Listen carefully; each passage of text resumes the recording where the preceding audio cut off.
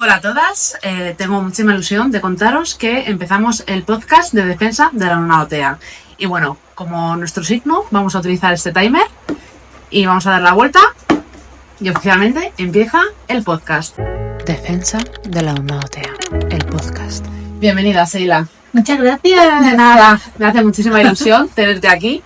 Bueno, Seila es nuestra primera invitada. Yo creo que muchos ya la conocéis. En cualquier caso, pues os cuento un poquito sobre ella. Seila es AL, actualmente está trabajando como maestra de compensatoria en un colegio de Vallecas. Y bueno, la trayectoria que tiene es de aproximadamente 10 años como maestra de aula TEA. El último cole donde estuvo fue el CEC Juan Gris, si no me equivoco. También en Vallecas. También en Vallecas, y actualmente también imparte, exponente a nivel nacional, y colaboras en el Centro Instituto Superior Madrileño de Innovación Educativa como formadora. Eso es, que las que estamos metidas en el contexto educativo lo llamamos el ISMIE, que es mucho más Ajá. fácil. Esto, de todos modos, esta terminología cambia todo el tiempo, así que no os preocupéis. Perfecto. Antes era el CETIF, fue el CRIF, ahora es el ISMIE, pues eso. Sí. Formación del profesorado. La verdad que el nombre es largo, o sea, yo lo he tenido que mirar la chuletilla porque... Nada. Así que bueno, hoy tenemos un capítulo muy especial, empieza ahora mismo el cole, y bueno, creo que Seila nos va a traer un contenido que va a ayudar mucho tanto a profes como profes especialistas, mamás, papás. Sí que quiero también dejar muy claro que este podcast pues es para todos, ¿no? O sea, seas o no seas papá, seas o no seas autista, seas adolescente, creo que es un contenido pues que va a venir muy bien a nivel de inclusión. Entonces, bueno, vamos a hablar del diseño de las aulas TEA y de los espacios como medida de atención a la diversidad, y cuando quieras pues nos cuentas un poquito en qué consiste. Pues yo creo que es importante plantearnos esto en este momento que empieza el curso. Ajá. Porque en estos días previos que se supone que tenemos para organizar los espacios, las aulas, un poco para programar, que no son tantos, que realmente son bastante pocos, o sea que nos falta tiempo, yo creo que ahora es el momento de pararnos a diseñar y ver cómo queremos que sean nuestros espacios. ¿Por qué? Porque yo, que soy una defensora de la inclusión, ¿no? que soy una activista por la inclusión, así me defino, ¿no? Total. Pues siempre estoy pensando cuáles son las herramientas o las estrategias que podemos tener más a mano para avanzar, ¿no? En esos pasitos hacia la inclusión. La inclusión para mí no es un todo o un nada, sino que creo que hay prácticas que son de carácter inclusivo, ¿no? Porque si estuviéramos en una inclusión plena, realmente no se llamaría inclusión, porque no habría que incluir, se llamaría convivencia. Sí. Así que para mí es como el final del camino, ¿no? Ese camino es la inclusión y cómo queremos avanzar hacia ese camino. Creo que el término inclusión, yo que últimamente estoy investigando mucho por esta vía, porque es lo que realmente me gusta, el término inclusión, que no integración, lleva una serie de connotaciones ligadas que son distintas a lo que venimos viviendo, lo que venimos haciendo. Sí. Y esas connotaciones tienen mucho que ver con el cambio de mirada, con el enfoque distinto del que estábamos llevando a cabo hasta este momento, ¿no? Sí, vamos a hacer una especie de cambio de paradigma, ¿no? Eso es, o sea, tendríamos que, aunque parezca que no, estamos todavía en el sistema educativo en un enfoque muy médico-clínico hacia el alumnado que tiene discapacidad, cuando deberíamos estar en un enfoque de carácter más social. Ya. ¿No? O sea, al final el eje o el motor de transformación social principalmente es la escuela. Sí. Entonces desde ahí es desde donde se tiene que impulsar. Pero también necesitamos que el contexto social, que en este caso soy principalmente las familias de niños que tengan o no discapacidad, también eso es, forméis parte de esta dinámica, ¿no? Porque si no, no va a haber nunca una transformación ni un cambio. O sea, Sí, o sea, eso para mí es vital, y de hecho es una cosa que yo insisto mucho en que todo este aprendizaje tiene que ser conjunto, o sea, es decir, digamos que esto es una mesa, si le quitas una pata, pues se cae, ¿no? O sea, pues una pata tiene que ser el cole, la otra tú como ser humano, tus amigos, tu vecindario, o sea, esto se trata de meter en la rueda absolutamente a todo el mundo, ¿no? Y para eso es importante, yo creo, que todos intentemos transmitir este mensaje sobre inclusión dentro de lo que sepamos, ¿no? Que realmente al final yo creo que no es tan difícil aprender a ser inclusivo, sino que es un poco querer tener ese aprendizaje y sobre todo cambiar la perspectiva y cambiar la mirada que nos dice Seila. Claro, o sea, hay que entender que hemos vivido y hemos nacido en una sociedad que no es inclusiva. Justo. ¿Vale? Y que por ende nosotros y nosotras somos capacitistas. ¿Vale? Hemos tenido un momento de... Sí, tenemos un gatito acompañante. No pasa nada. Esperamos que lo sigáis viendo bien. Nosotras continuamos, sacamos esto adelante como sea. Estas son las cosas que pasan. Esto es como la vida misma. Totalmente. Hay que seguir avanzando, ¿vale? Nada nos va a parar. Ni aunque los gatos no muevan el trípode. Vamos para adelante. Entonces, estábamos diciendo, necesitamos un cambio de mirada. ¿Por qué este cambio de mirada? Este cambio de mirada tiene que venir a través de una transformación social. Y esta transformación social, que principalmente tiene que iniciarse desde mi punto de vista en las aulas, ¿pero por qué en las aulas? Porque al final en las aulas es donde estamos educando a toda la ciudadanía. Tiene que llevar consigo mismo en el docente una visión interna, una transformación interna, una reconstrucción. Hemos crecido y hemos nacido en un contexto capacitista, igual que es un contexto altamente racista, homófobo, sexista. Entonces todo eso hay que deconstruirlo. Todo, sí. Y que no quiera verlo tiene un serio problema, ya no con la sociedad o con su propia labor docente, sino consigo mismo como persona, porque claro, la sociedad tiene que ir transformándose y tenemos que ir deconstruyéndonos. Entonces es duro, yo entiendo que como docente es muy duro avanzar hacia la inclusión, porque esto va a implicar tener que plantearte esa transformación de carácter personal. Sí. O sea, yo creo que con toda la lucha y toda la activista que soy, sufro mucho porque me doy cuenta de que hay cosas que hago mal. Y que hago mal porque no he aprendido desde pequeña a hacerlas de otra manera, ¿no? Es que hay que hacer un ejercicio de honestidad con uno mismo. Y yo creo que una de las cosas más difíciles que hay en esta vida es ser honesto contigo mismo y no buscar excusas fuera, ¿no? Sino reconocerte a ti mismo. Y reconocerse a uno mismo no tiene por qué implicar que sea algo malo, ¿no? O sea, efectivamente todos tenemos unos sesgos y trabajar esos sesgos para intentar mejorar, y sobre todo cuando es en algo tan importante como la inclusión hacia el alumnado con discapacidad, autista, cualquier tipo de discapacidad, ¿no? Creo que aunque sea duro a veces, es un proceso muy bonito, muy liberador, y que una vez que empiezas a compartir, incluso te conoces mejor a ti mismo, porque por lo menos a mí como madre de un niño autista es lo que me ha pasado, ¿no? O sea, cuando empiezas a quitarte capas de protección, es cuando empiezas a verte a ti misma y empiezas incluso a quererte más, ¿no? Y yo creo que como docente también yo animo mucho a las profes y a los profes que hagan ese ejercicio, porque realmente enriquece, y una vez que empiezas es mucho más fácil. Yo creo que lo más difícil es el primer paso, ¿no? O sea, reconocerse, ser honesto consigo mismo, pero bueno, yo creo que ahora mismo pues hay muchas vías para poder empezar y bueno, pues... Yo quiero hacer un inciso y me atrevería también a decir, porque como nos estamos moviendo en un contexto que es sobre todo, ¿no?, de alumnado autista, lo ampliaría a todo el perfil profesional, porque hay una parte muy importante de este perfil profesional que son las integradoras, que son el matrimonio, ¿no? Como digo yo, el matrimonio pedagógico. O sea, en la Comunidad de Madrid, que lo que se lleva a cabo como recurso son las aulas de apoyo extenso y especializado, ¿no? Como las aulas SEA. Hay una labor muy importante que es la de la maestra especialista, pero también, ¿no?, de la integradora, que hay que recuperar. Y voy más allá, o sea, al final cuando queremos llevar a cabo inclusión es que todo el centro educativo tiene que formar parte de esto. Todo el mundo tiene que estar informado y también formado. Entonces, bueno, para mí lo más importante, hablando del diseño, es ese cambio de mirada. Si no hacemos ese cambio de mirada, es que no vamos a saber hacia dónde ir. Esto es como cuando te pones la gafa morada del feminismo, que ya no puedes mirar de otra forma. Pues hay que iniciarnos en esta gafa, ¿no?, de quitarnos ese capacitismo. No es culpa nuestra. Yo os digo que no es culpa nuestra. ¿Por qué digo que no es culpa nuestra? Porque nos han educado en un sistema educativo en el que no convivíamos con personas con discapacidad. Algunos o algunas sí que hemos llegado a tener una aproximada convivencia, pero hasta el año 1990, con la llegada de la LOCSE, el alumnado con discapacidad no tenía una atención adecuada, o sea, no había PTs y ALs en los centros educativos, la tendencia era a ir hacia las afueras, y es algo que se sigue manteniendo en los centros de educación especial, ¿no? Siempre como hacia las afueras. Digo esto porque creo que el contexto no es que sea importante, es que es imprescindible. No, desde luego. Entonces todo el tiempo ponemos el foco de atención en el alumno o la alumna, en querer cambiar a ese alumno o alumna. No sabemos muy bien el cuento de por 4 esquinitas de nada, pero seguimos cortando las esquinitas a nuestros niños y a nuestras niñas.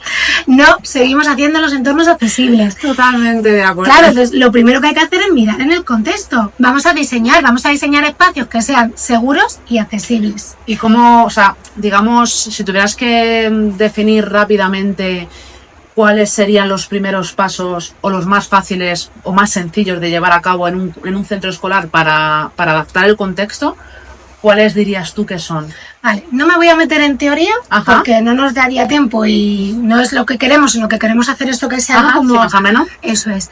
Vale, yo un consejo que doy para quien quiera profundizar en esto es que tiene que leer el Index for Inclusion, que es la guía por excelencia que evalúa la inclusión educativa. Es una guía que, o sea, cuando tú empiezas a leer el Index for Inclusion, lo tienes todo hecho, porque te da las fases por las que tiene que pasar un centro educativo para iniciarse en el cambio a ser inclusivo. No hay recetas mágicas porque no hay personas prototipo. Entonces no puede haber recetas mágicas.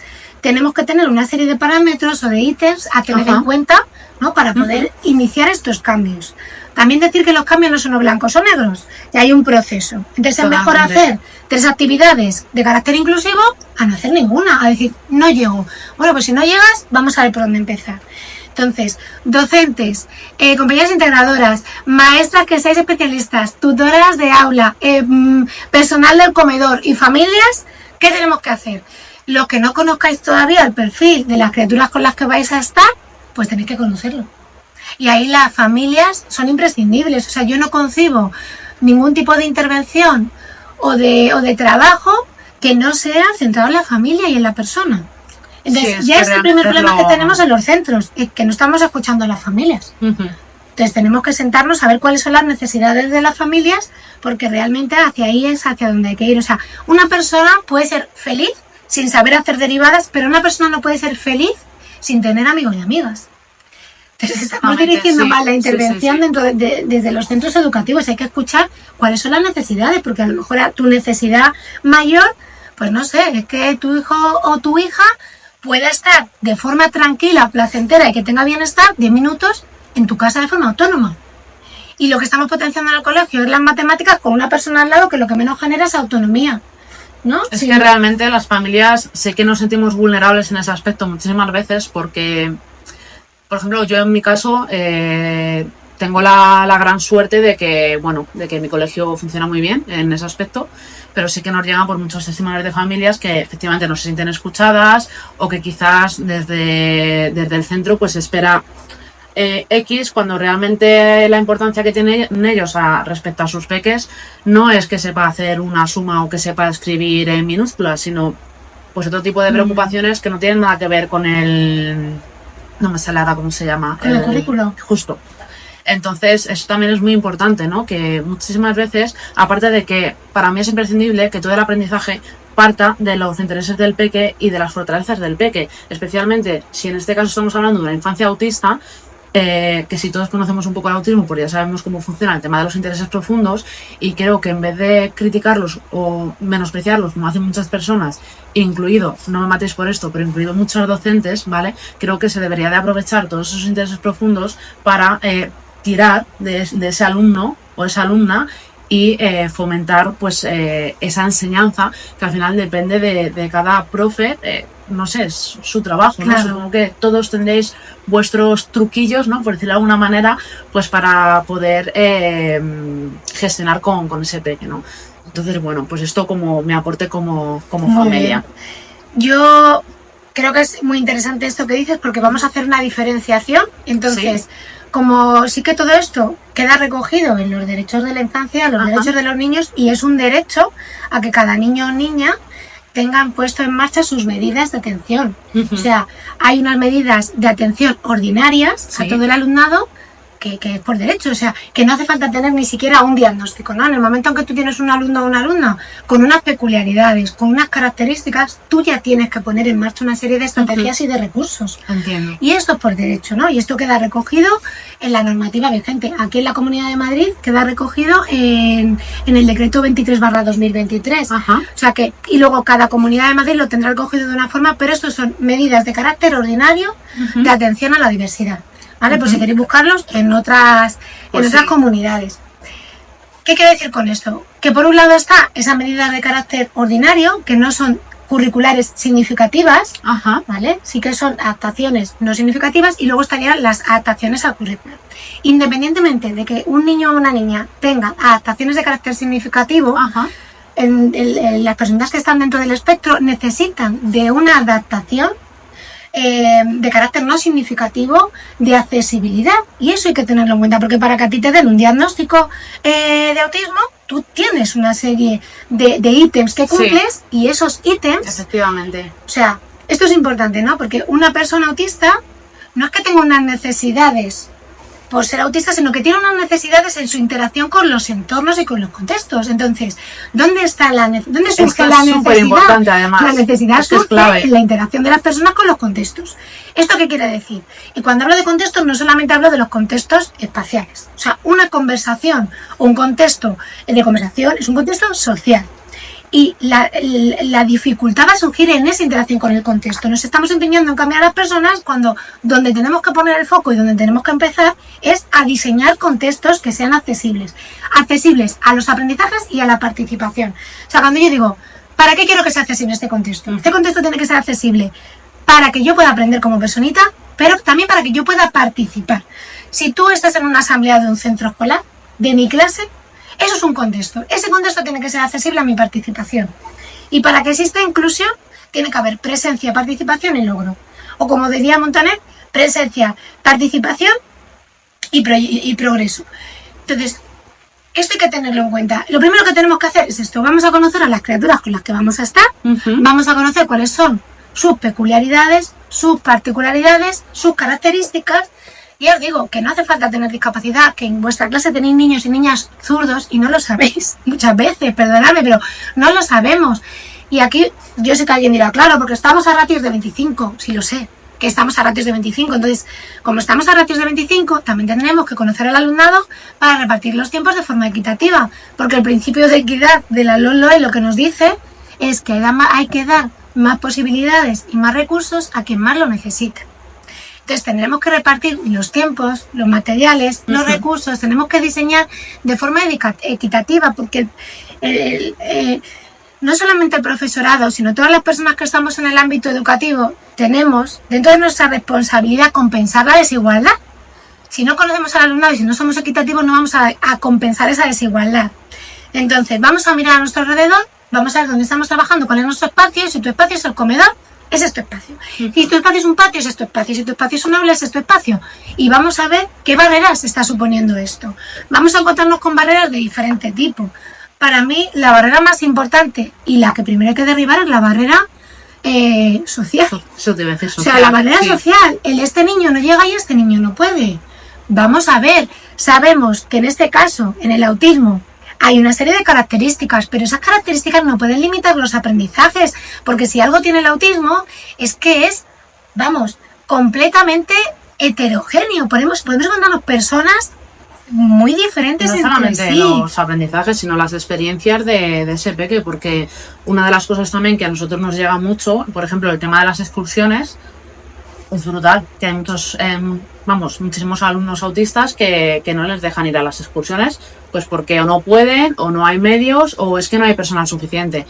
Y a mí, por ejemplo, me da muchísima pena porque es una de las cosas que si quieres puedes buscar la forma de adaptar el contexto, puedes hacer las anticipaciones, o sea, puedes trabajarlo muy bien pues para darle esa seguridad al peque y a ti misma o mismo como profesional para saber cómo tienes que hacer esa actividad. Pero para saber el cómo, primero pues tienes que hacer un poco pues todo este ejercicio que nos comenta Sheila, ¿no? Entonces, bueno, recapitulando un poco, para poder hacer estas medidas sería importante o imprescindible, mejor dicho, leer el Index for Inclusion. Conocer, aunque no leemos el Index for Inclusion, que quien quiera adentrarse más puede, ¿sí? Pero conocer primero a las personas con las que vamos a trabajar. ¿Vale? Y vamos a hacer, las familias, no solamente al alumno, por favor. Un análisis de las necesidades de esas personas. Bueno, yo por abrir mucho el abanico, ¿no? Vamos a tener niños que y por abrir el abanico y por hacerse entender que la inclusión no es el bien de unos pocos, sino de todos y de todas. Vamos a tener niños con gafas. No es lo mismo tener una miopía que una hipermetropía que un astigmatismo. Entonces, conocer dónde va a ver mejor tu alumno o alumna creo que es imprescindible. Podemos tener niños o niñas que tengan dificultades motoras, podemos tener cognitivas. Ahora mismo el grosso del alumnado que tiene necesidades educativas especiales estaría dentro de lo que conocemos como trastornos del neurodesarrollo. Esto no lo podemos obviar. No lo podemos obviar porque se ve muy bien cuando hay una discapacidad de carácter físico, no se ve tan bien cuando la discapacidad está ligada con el desarrollo cognitivo, pero no podemos olvidarnos de esto. ¿no? Tenemos muy claro que cuando un niño o una niña no ve, hay que instaurar un sistema, ¿no? Como es el braille, pero ¿qué pasa con los niños y niñas con los que su discapacidad va ligada, ¿no? Al desarrollo cognitivo? También tenemos que instaurar otros sistemas de comunicación o hacer los contextos mucho más accesibles, mucho más comunicativos de por sí. Me gustaría recuperar una cosa que has dicho que me parece importante. Cuando estábamos hablando del tema de las excursiones, yo ahí veo también dos cosas. Y es que podemos agotar otro tipo de recursos que a veces no somos conscientes de ellos, ¿no? Pues que vayáis las familias, prepararlo de antemano, más apoyo por parte del centro o menos apoyos. O sea, vamos a intentar, ¿no? A mí me gusta mucho trabajar en comunidades de aprendizaje porque se introduce mucho a la familia. Es que, por ejemplo, en mi cole permiten ir a las familias. Entonces, claro, si van 4 o 5 familias, son muchas manos extra, ¿no? Entonces, también pedir un poco a los centros, ¿no? A la parte directiva, abrir un poco esa perspectiva, esa mirada, abrirse a las familias, que al final no es tan difícil de gestionar y trae muchísimos beneficios, yo creo que para todos, ¿no? Para las propias familias, para el propio centro y sobre todo para el alumnado, ¿no? Creo que también es importante que se conozca de primera mano la función del profesorado y que incluso genera más empatía entre todos, ¿no? Cuando y que haya convivencia. Justo, claro, y luego, si por lo que sea esa actividad no se puede llevar a cabo porque hay alumnos que no son aptos para esa actividad, a lo mejor te tienes que plantear hacer otra actividad. Efectivamente. Voy a poner un ejemplo muy claro. Te llevas a los niños y a las niñas a montar en bici al retiro y tienes 3 que no saben montar en bici, pues a lo mejor no es la actividad que tendrías que haber elegido. O sea, también tenemos que darle una vuelta a esto porque es como, bueno, es que sus familias no les han enseñado a montar en bici. Vale, es que no podemos cuestionar a las familias. Hay que aceptar a las familias, no hay que cuestionarlas. Si no saben montar en bici, pues a lo mejor tienes que plantearte otra actividad, ¿no? Yo quiero también un poco que pensemos todo esto, que necesitamos también un poco más humildad y bajarnos un poco a la tierra, ser más comunicativas también con las familias y darle una vuelta. Y sé que duele, compañeras, que yo soy la primera que me pica muchas veces las cosas que digo, madre mía, lo que hice hace 2 años, qué mal lo veo ahora. O sea, que me cuestiono, me sigo cuestionando y es duro, es un aprendizaje, o sea, eso y también las familias entendemos que bueno, que todo lleva un proceso y esto no es de la noche a la mañana, ¿no? Por eso también la intención de hacer este podcast, un poco pues para crear esa cercanía que creo que es súper importante que la sigamos forjando entre profesionales, familias, personas autistas y, bueno, cualquier persona pues que tenga o sienta la necesidad de contarnos cualquier cosa, porque todo, aunque parezca que no, todo suma, ¿no? En lo que es el camino hacia la inclusión. Venga, pues seguimos. Hacemos análisis de las necesidades del contexto y eso nos va a llevar un poco a ver qué barreras hay. Pues si yo tengo este curso, por ejemplo, imaginaros un niño que no ve, evidentemente no va a saber cuál es la puerta si yo no hago esa introducción. Venga, pues tengo una barrera y es que este niño no conoce cuál es la puerta de su clase, no conoce cuáles son los espacios, pues yo ahí lo que voy a hacer es darle accesibilidad. Accesibilidad que comprenda el espacio, accesibilidad que pueda participar. A lo mejor esto lo puedo solucionar poniendo un botón común, no sé cómo se llamará, yo lo llamo bla bla, que es un botón de los que se graban y que diga clase de Seila, solucionado. O sea, vamos a detectar cuáles son las barreras que nos están pidiendo llegar a los aprendizajes. Esto, en las personas dentro del espectro, lo vamos a ver bastante claro, porque además tenemos la suerte de que ya estamos conviviendo bastante. Vamos a ver, pues, que no se comprenden los materiales, que no se comprenden los espacios en los que estamos organizando las aulas, que no se comprende el propio centro. Jolín, accesibilidad cognitiva, ¿qué significa esto? Vamos a organizar bien los espacios, vamos a etiquetar los espacios, vamos a ir un poco más allá. Tengo un espacio muy pequeño, puedes poner cintas de colores en el suelo de tu aula para delimitar determinados espacios. Yo os animo también a traspasar la barrera del pictograma, ¿no? Porque no solamente los pictogramas pueden facilitar esta accesibilidad cognitiva, los objetos reales, ¿no? O sea, está claro que si yo le doy a un niño un abrigo, sabe que se va a ir a la calle. Para los que ya estamos con materiales de aula, la lectura fácil, o sea, hay muchas cosas. O sea, podríamos dar un curso de esto de 10 horas, entonces no puedo profundizar, pero sí que os dejo ahí como cosas que podéis ir buscando, ¿no? Hay muchas estrategias que podemos llevar a cabo. Las rutinas.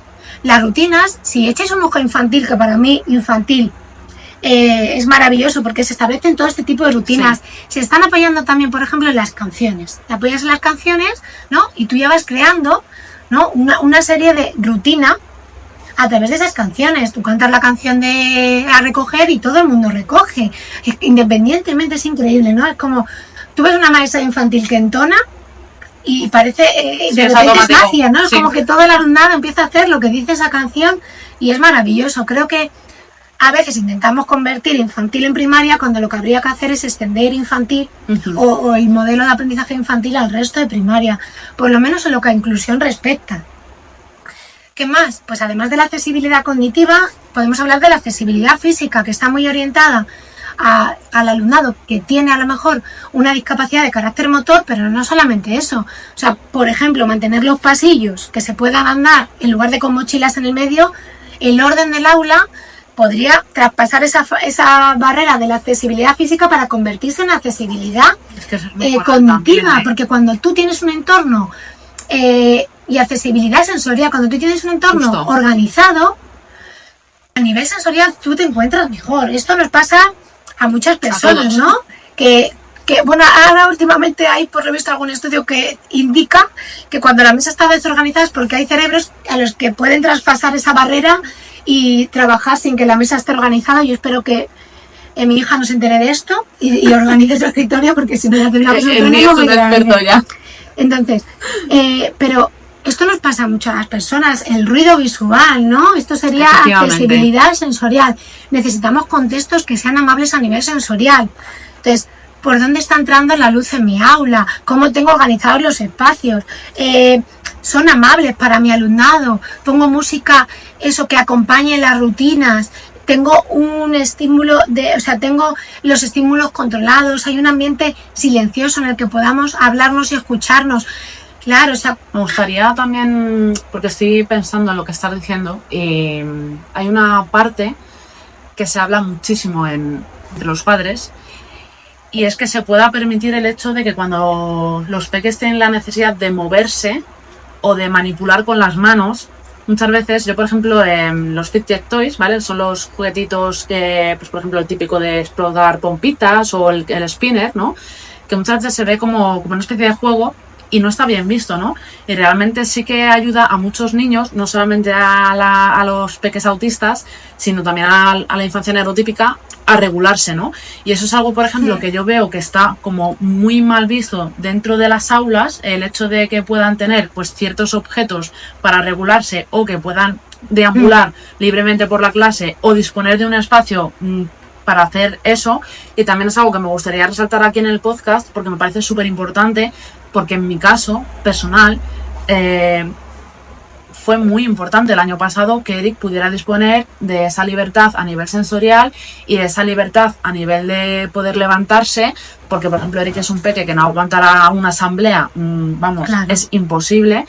Y creo que eso también es súper importante y me gustaría insistir en ello porque es una queja muy habitual entre los papás. sí, yo creo, el tema de integración sensorial es maravilloso. Ujú. Nosotras no somos terapeutas ocupacionales, esto es importante porque yo aquí Ujú. quiero ahí también un poco empoderar esta figura de la terapia ocupacional y de los especialistas en integración sensorial, pero es cierto que las personas dentro del espectro pues es algo que está, ¿no?, como muy, muy latente, se ve. Sí que podemos conseguir eso, espacios sensoriales amables. Incluso hay un concepto que yo escuché a Curro de los Santos, que para mí es alguien maravilloso en el mundo de la integración sensorial y en la intervención con todo tipo de peques, que hablaba de la dieta sensorial. Y esta dieta sensorial se basaba un poco en anticiparnos a esas necesidades y tener un pequeño estuche, un pequeño Justo. material para que esto de lo que estamos hablando pues se pueda llevar a cabo, ¿no? Y pueda haber esa descarga o cubrir esa necesidad, porque tenemos que tener en cuenta que son necesidades, ¿no? Efectivamente, A nivel ahí es donde está el sensorial, kit de que la no son cuestión. caprichos. Justo. Entonces, bueno, yo por ir recopilando, pues hablaríamos de la accesibilidad física, de la Ajá. accesibilidad cognitiva, de la accesibilidad sensorial, perdón, y también me gustaría hablar de la accesibilidad emocional, Ujú. que creo que es la gran olvidada, ¿no?, en las aulas. Sí. Tenemos protocolos de acogida para las familias cuando llegan a las aulas, cuando les dan un diagnóstico. ¿Podemos garantizar que todo nuestro alumnado es feliz en nuestra aula? ¿Podemos garantizar que todo nuestro alumnado tiene capacidad de logro con las propuestas que les estamos haciendo? No, yo creo que es importante plantearnos esto como profesionales. O sea, todo nuestro alumnado realmente puede lograr el éxito, puede llegar a su excelencia, porque todos tienen excelencia, sea cual sea, cada uno tiene su excelencia, ¿no? Entonces, yo creo que, bueno, que hay un abanico grande hacia donde mirar, que este es el momento de hacerlo, por no extendernos mucho, que se nos vaya el reloj. Es una idea maravillosa. Sí. Entonces, conocer a nuestro alumnado, hacer un análisis de las necesidades del alumnado y cuáles son las barreras que a través de esas necesidades nos van a plantear los contextos. Y repito, como contexto no solamente es lo físico, sino también los contextos sociales en los que se van a desenvolver. Y bueno, estas 4 accesibilidades que nos pueden dar pautas. Ahora que iniciamos curso hay muchas entidades que hay mucha información, o sea, yo no voy a hacer tampoco apología de las redes sociales porque creo que ahora también estamos como en un momento de sobreinformación y hay que saber seleccionar también bien, sí, pero, eso es muy importante también. Pero es verdad que hay grandes profesionales que hablan sobre esto en las redes sociales y si queréis pues investigar de manera particular, vamos a dejar de todas maneras el Indesforo, incluso yo lo tengo puesto en el Padlet. Eso es lo que voy a dejar, lo que os iba a contar. Pues lo puedes descargar. O sea, sí que invito siempre a que llevéis a cabo formaciones con gente competente y formada, ¿eh? O sea que, pero también creo que hay una labor, sobre todo aquí voy a tirar ahí de mis compañeras, espero que no se enfaden, tenemos una responsabilidad y es la de seguir formándonos, seguir leyéndonos, intentar instaurar prácticas basadas en la evidencia, que ya las hay, sobre todo en el mundo del autismo, ya las hay,